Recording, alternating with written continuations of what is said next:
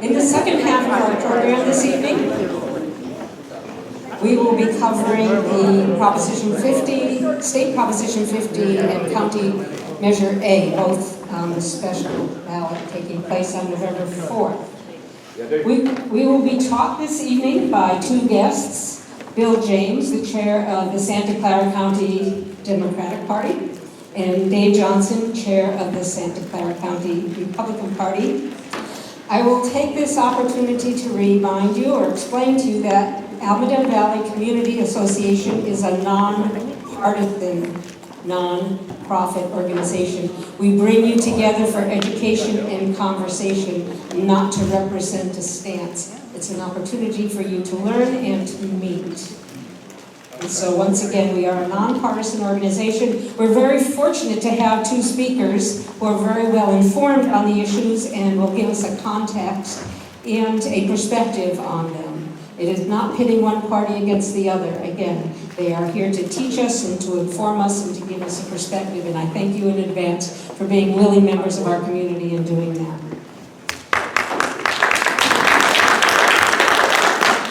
I'm glad we can laugh. Their bios. Bill James holds degrees from the U.S. Naval Academy and Stanford Law School. He has served in the Navy, practiced law, and remains involved in community service. Dave Johnson was born and raised in Santa Clara County. He has been in the commercial construction business for 40 years and owns his own construction company for the past 15 years. These are very short in bios. Feel free to expound on them. I think this is directed toward you, Bill, and it is quoting an incumbent Bay Area politician. Trying to save democracy by destroying democracy is dangerous and foolish. Democrats have stood for fair and free elections against gerrymandering and a universal suffrage. It's a betrayal of the party platform. Do you care to comment? Well, that one's a Prop 50 question, I think, not Measure A, but yeah, should I address it now or we can come back to it? Your choice. Okay. Well, why don't we come back to it? Okay. And with that, we will wrap up the discussion of Measure A. If you have any concluding comments you'd like to make before we move along to Proposition 50, now is your opportunity. Well, I'm going to say it again. The county medical health system, they don't have a revenue problem, they have a spending problem. Yes. And before I give them any more of my money, I'd like to see a full accounting, and I'd like to see them tighten their belts as Bill suggested. That's the right thing to do given that the budget has doubled in just 4 years. Thanks. So I'll just say that it's a temporary measure. It's proportional to the loss of revenue that we've had. We do expect the loss of revenue to be temporary when the government changes again. And so just encourage people to vote for it. The hospital system for the county is a asset that we can all be proud of, and it does cost money to have good government services, which we do.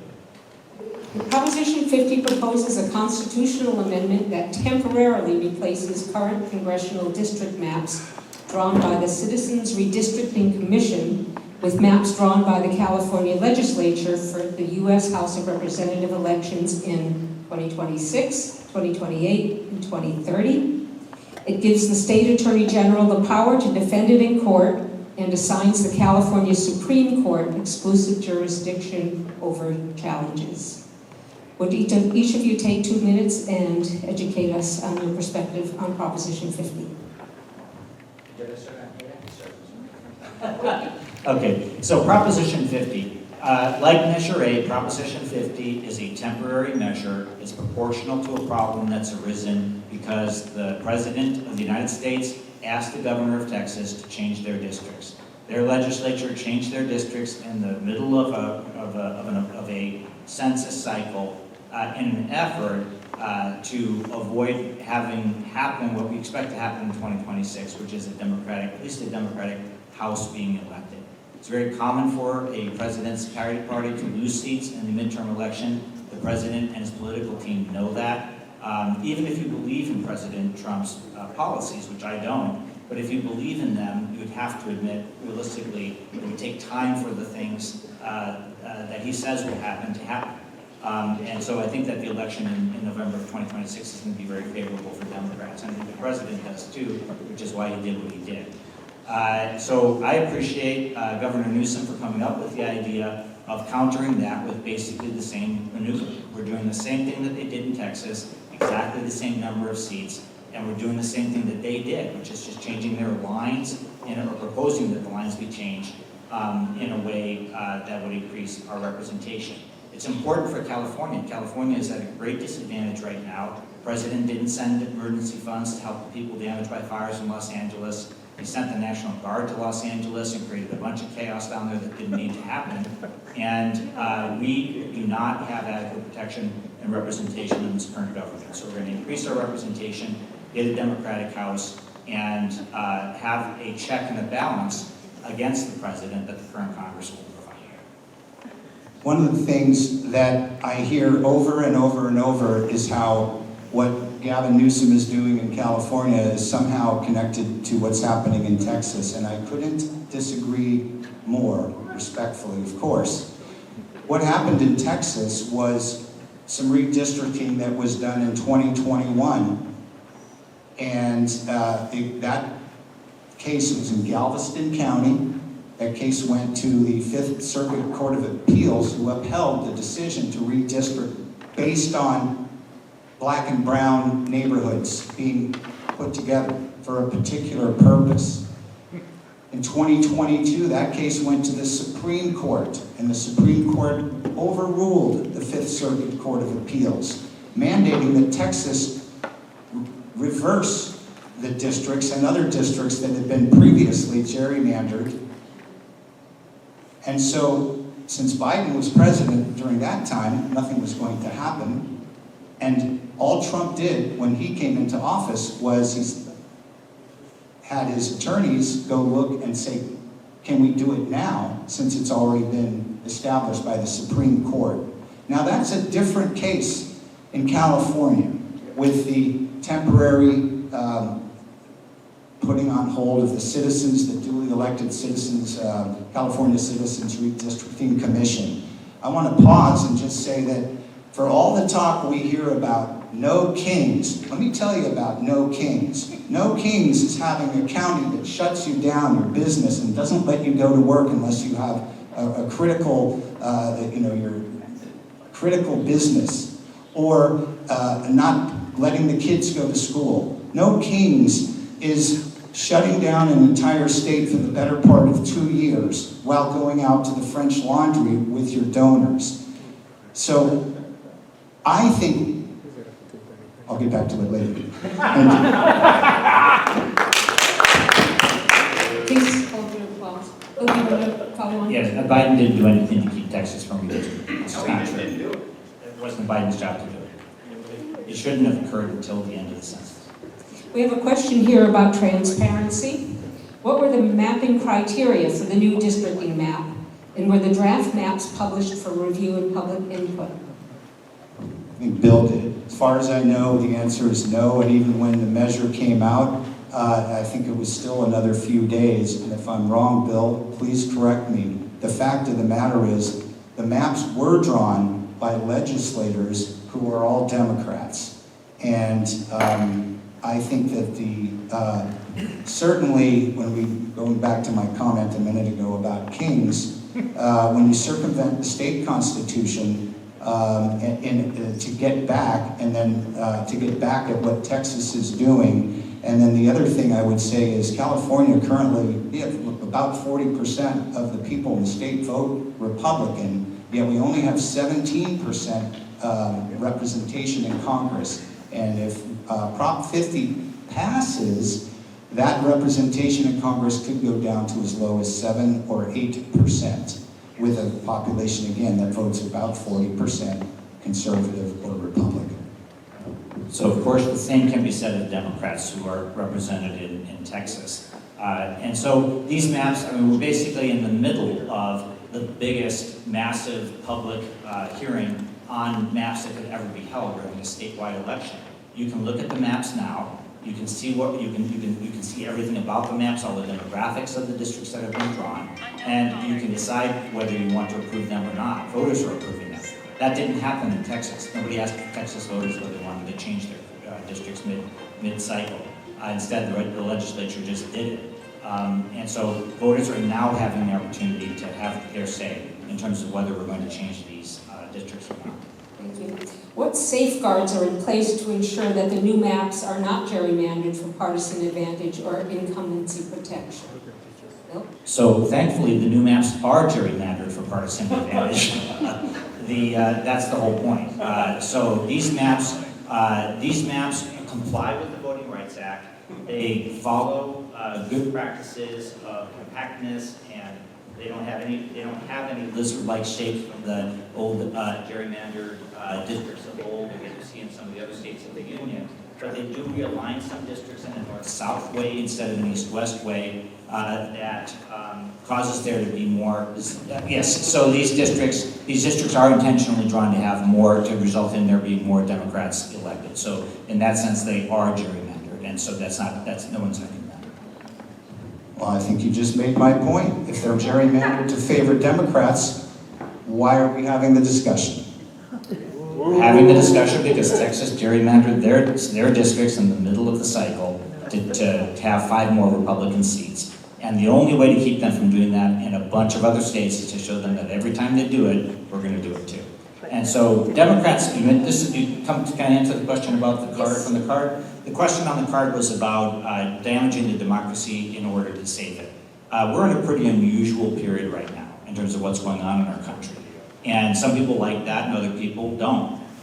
For those of us who don't, we don't agree with what's happening, and we're not going to play by one set of rules while our political adversaries play by a different set of rules. That's not fair to expect that. It's not reasonable to expect that. And the only way that we can have nationwide balance is if something is done in these Republican states, then we're going to do it as well in a Democratic state.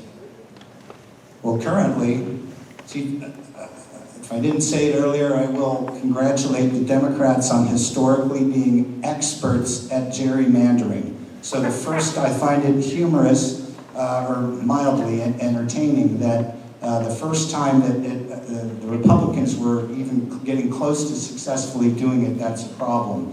What we have nationwide, there are 10 states, 10, that don't have any Republican congressmen. Now, admittedly, some of those states are quite small, but some are not small. Some are sized enough where if there had not already been gerrymandering, there would be Republican congressmen representing those states. The largest of them is Massachusetts.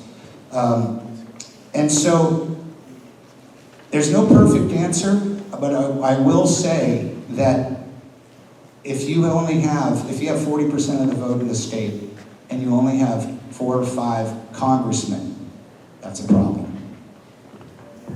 So one thing I think we can agree on is that, I won't say we can agree on that. What the Democrats are saying is that the rules should be same for everybody. So Lofgren, a member of Congress representing this area, Senator Padilla, our California senator, recently reintroduced legislation that they've introduced numerous times before that would have every state in the union use a citizens commission like California's commission to do its districts. If everybody did that, then Republicans in blue states would have more representation, Democrats in red states would have more representation, and the same rules would apply to everybody. So I'm in favor of that, and I think we could get to that point after this bit of a cycle. It's good to see agreement. A technical question. Will the redrawing proposed by Prop 50 impact all state elections or just U.S. House of Representatives? It's just the House of Representatives for the 26, 28, and 30 elections. Is it true that the law in Texas allows the Assembly to redraw? I don't know the answer to that question. I just try and focus on California in general and Santa Clara County specifically. So, I'm not sure I fully understand the question, but that is what happened, and no one said that that's not allowed, so I think that their legislature, together with their governor, must have that power in their state. I was simply reading the writing. I'm going to just go back to what Bill said a minute ago, though, about this citizens. It's funny, though, that you would be in favor of the temporary putting on hold of the Citizens Redistricting Commission, although it's a great idea to have nationwide. So which is it? It's simple. It's a great idea to have the same rules applied nationwide, and the citizens districting commissions should be nationwide. And if Republicans in Congress agreed to it and the president signed it, it could be law very quickly. This is more a statement than a question, rhetorical. Is it democracy when the same voters and same election numbers result in dramatically different outcomes, depending on lines on maps? Feel free to comment or not. Not sure I fully understand the question. It's not a question. The statement. Well, here's my statement. It's along those lines, and that is, I always ask people this, and that is, can a bird with one wing fly? And people say, what are you talking about? You're out of your mind. No, think about it. Can a bird with one wing fly? The answer is no. What'll happen? It spins to the ground, it'll crash. Well, what we already live in, both here in Santa Clara County and in California, is a bird, a political bird that has one wing. And the one wing wants to be bigger at the expense of the other wing. And the political bird, and the way our Constitution was designed, was that the political bird should have two wings. And that's what I'm saying, is that we want it to be a little bit more fair. If we had 40% representation in Congress in the state of California, I'd feel a lot better. So would a lot of other people.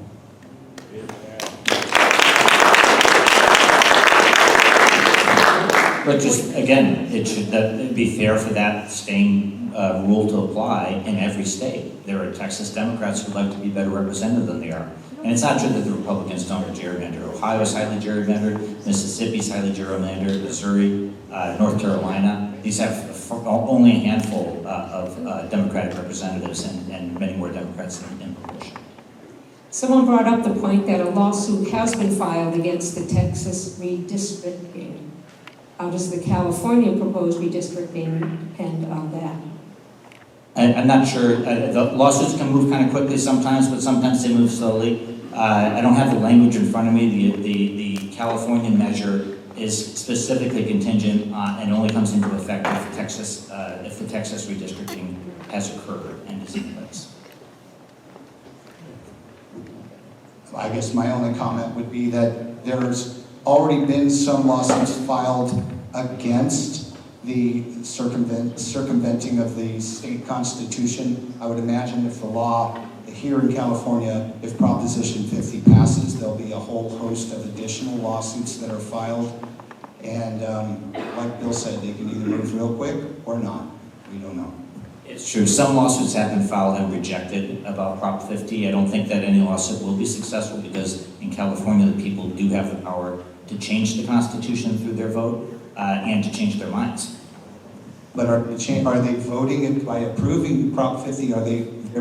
It's two things. One is to circumvent the Citizens Redistricting Commission, and the second would be to approve the gerrymandering, but there's only one thing that you're voting on. That doesn't make any sense to me. I think that lawsuit's already been lost, but you know, it is in the power of the people to either approve or not approve Prop 50. No kings. And at that, we're going to wrap up the evening with statements from both of you. 1 to 2 minutes stating your position in further educating our audience. We are in a very precarious situation in the county. I'm going to start with Measure A, where the cost of living is continuing to go up. And and the people who can least afford an increase, whether that's elderly or people who don't make a lot of money, they have to pay a higher percentage, right? So that's called a regressive tax. And that, as I mentioned also about the hospitals, they're spending a tremendous amount of money. And I don't know that they can justify doubling their budget in just a very short period of time and then not being able to tighten their belt. Does not make sense to me. On Prop 50, as I mentioned again, I feel strongly, as Bill mentioned, with regard to some of the other states, where Republicans are underrepresented in California, and if Prop 50 passes, we'll be even more underrepresented. And we can see the way things have been going here, both in the county and statewide, with crime and district attorneys who don't prosecute crime. You have retailers leaving in droves, and we have to put an end to that. We just need a little bit of common sense. And I urge everyone here to vote no on Measure A and no on Prop 50, and maybe we can all work together at some point. Thank you. So, I'd like us all to work together and to have a different kind of politics than we have right now. I do think that it's President Trump who's bringing us to this place. And I think that both of these measures, Prop 50 and Measure A, are proportionate, temporary responses to things that have happened, either have been done by President Trump or have happened because of him. And I think that the world will change in 5-10 years in ways that I hope will be better. Measure A is a sales tax. The county can only do a sales tax. They have no power to give us any tax other than a sales tax. It's the one tool that they have available to them. It would be better if the Medicaid cuts hadn't been made, because the Medicaid cuts are funded by federal taxes, and those are progressive.